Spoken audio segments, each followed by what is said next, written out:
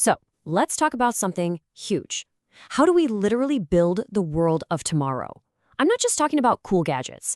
I mean the real stuff, the bones of our society, the roads, the power grids, the internet. It's a massive goal, and honestly, the stakes, they couldn't be higher. Okay, before we get all high level, let's bring this right down to you. Just think about your day so far, the road you took to get somewhere, the power that's lighting up your room or charging your phone, the internet that's letting you watch this. That's all infrastructure. It's like this invisible scaffolding that holds up our entire modern life, and you know what? We almost never think about it. But here's where it gets serious.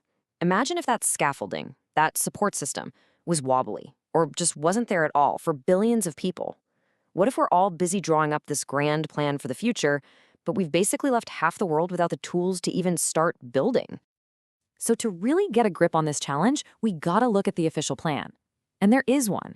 The United Nations has a global blueprint for this very problem. It's called Sustainable Development Goal 9, or SDG9 for short. Okay, so what is this thing really? Well, think of SDG9 as a huge global call to action. It's all about building infrastructure that can take a hit, from things like climate change. It's about growing industries that actually create good jobs for everyone, but without trashing the planet. And it's about firing up the kind of innovation we desperately need to solve today's biggest problems. You can really break it all down into three main buckets. First up, resilient infrastructure. And we're not just talking about paving a few roads. This is about reliable power grids, clean water, and digital connections for everyone. Second, sustainable industrialization. This is a big one. It's about helping countries create real value and green jobs instead of just, digging stuff out of the ground. And third, you've got to foster innovation. That's the engine for everything else, right? From R&D to getting new tech out into the world. So, that's the plan. Sounds great, right? It's ambitious, it's inspiring, and unfortunately, it's not really working. Now we have to turn to the reality of what's happening on the ground. And folks, the global report card, it's not good. It's actually pretty sobering. Get this, a recent UN report dropped an absolute bombshell. We are now at the halfway mark to that 2030 deadline for all the Sustainable Development Goals, and only 15% are on track. 15? That means for the vast majority, we're either stuck in the mud or, even worse, actually sliding backward. And if we zoom in on our goal, SDG9, the picture gets even clearer. This chart uses a UN index that basically scores countries on their industrial progress.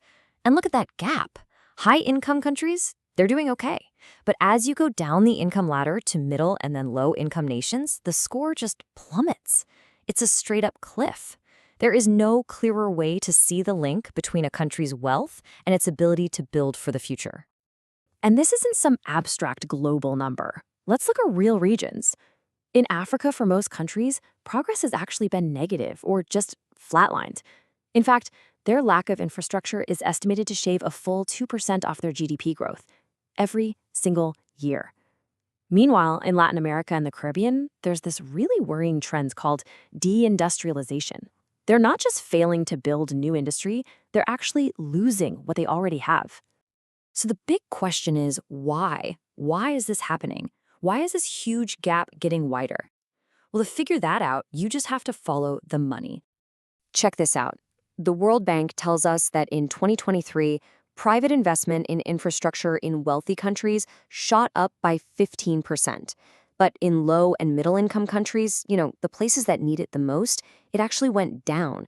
The money is literally flowing in the wrong direction. And this chart right here, it shows where all that cash is being raised. It's wild. A whopping 85% of all the money being pulled together for infrastructure is concentrated in just two places, North America and Europe. The entire rest of the world is basically left fighting over the crumbs. So what's spooking the investors? Why are they staying away? Well, when you ask them, they all point to one main thing: rising interest rates. Look, in a shaky global economy, putting your money into a project in a developing country just feels risky. It's way safer and easier to keep your money in markets like the US or Europe. And the result is that emerging economies get starved of the cash they desperately, desperately need. Okay, so this all sounds pretty bleak, but it is not a hopeless situation. Not at all. We know what the problem is, we know where the money is sitting, and we even have the tools to get it moving. So the question becomes, how do we actually bridge this gap? How do we unlock all that capital for the developing world? Well, experts usually point to three key things. First, countries have to create stronger, more predictable rules. Investors hate surprises, so this builds confidence. Second, we need to use things called project development funds. These basically help get projects ready so they're bankable, an attractive package for investors. And third, and this might be the most important one, we've got to use some really cool, innovative financial tools that are designed for one thing, making these investments feel less risky. Okay, one of the coolest tools is called blended finance. The idea is actually pretty simple, but it's brilliant. You take a relatively small amount of public money, say from a development bank, and you use it as a safety net, like a cushion.